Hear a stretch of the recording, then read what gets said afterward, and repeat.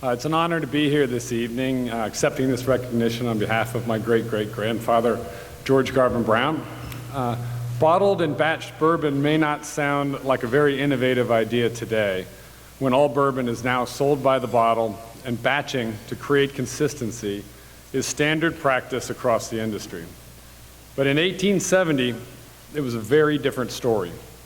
There were no legal guidelines regulating production standards, so bourbon was quite different from distillery to distillery and certainly from batch to batch. Whiskey was sold by the barrel to a multitude of wholesalers, rectifiers, and retailers. These wholesalers and rectifiers often added to or replaced the contents of a barrel to stretch their supply.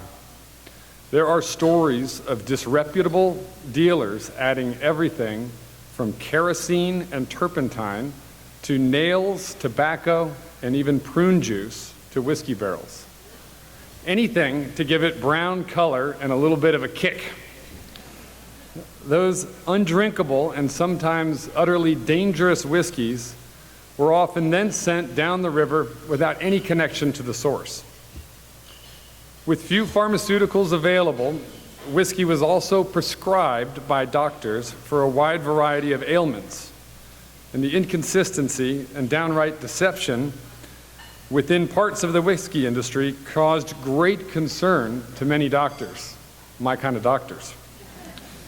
As a young pharmaceutical salesman, George Garvin Brown heard their concerns and decided that he would create a bourbon unlike anything in the market at that time, one of such fine quality that doctors would feel confident prescribing it, and of such rich flavor it would satisfy the most discerning bourbon connoisseurs.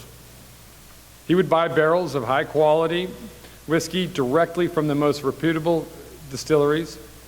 He would personally blend those barrels together to ensure a consistently rich flavor, and then bottle and seal the contents to ensure the consumer's confidence. But he did not stop there. He backed it up with a written guarantee of quality for which he took personal responsibility. And thus, Old Forester was born. That guarantee and his signature remain on every bottle of Old Forester to this day. The entrepreneurial approach that he instilled also led to Old Forester becoming the only bourbon produced and sold before, during, and after Prohibition.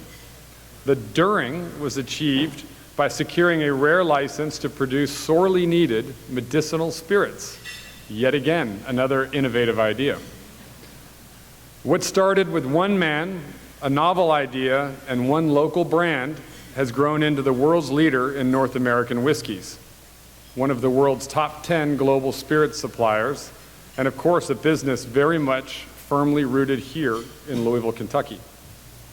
Brown-Forman today has more than 30 brands. We sell our product in nearly 170 countries around the globe and recorded net sales of more than $4 billion US in 2015. That is a lot of excise tax. Don't you agree, Bill? His story is quite a legacy and one in which all my family takes great pride. There are 13 of his descendants today directly involved with the company, and many more who support the company in a variety of ways, including involvement from our 6th generation and spouses. Very few family-controlled companies survive more than a few generations. Brown-Forman and my family share a partnership that has thrived for 5 generations and 145 years, and that only seems to be gaining momentum.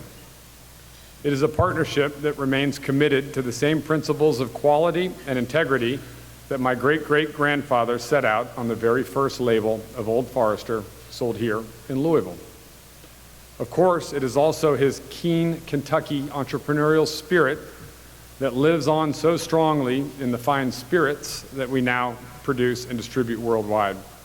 So on behalf of George Garvin Brown, several of my fellow cousins and colleagues who are here tonight, and the 164 members of our family, I want to commend tonight's other recipients and thank you all for this great honor. Cheers.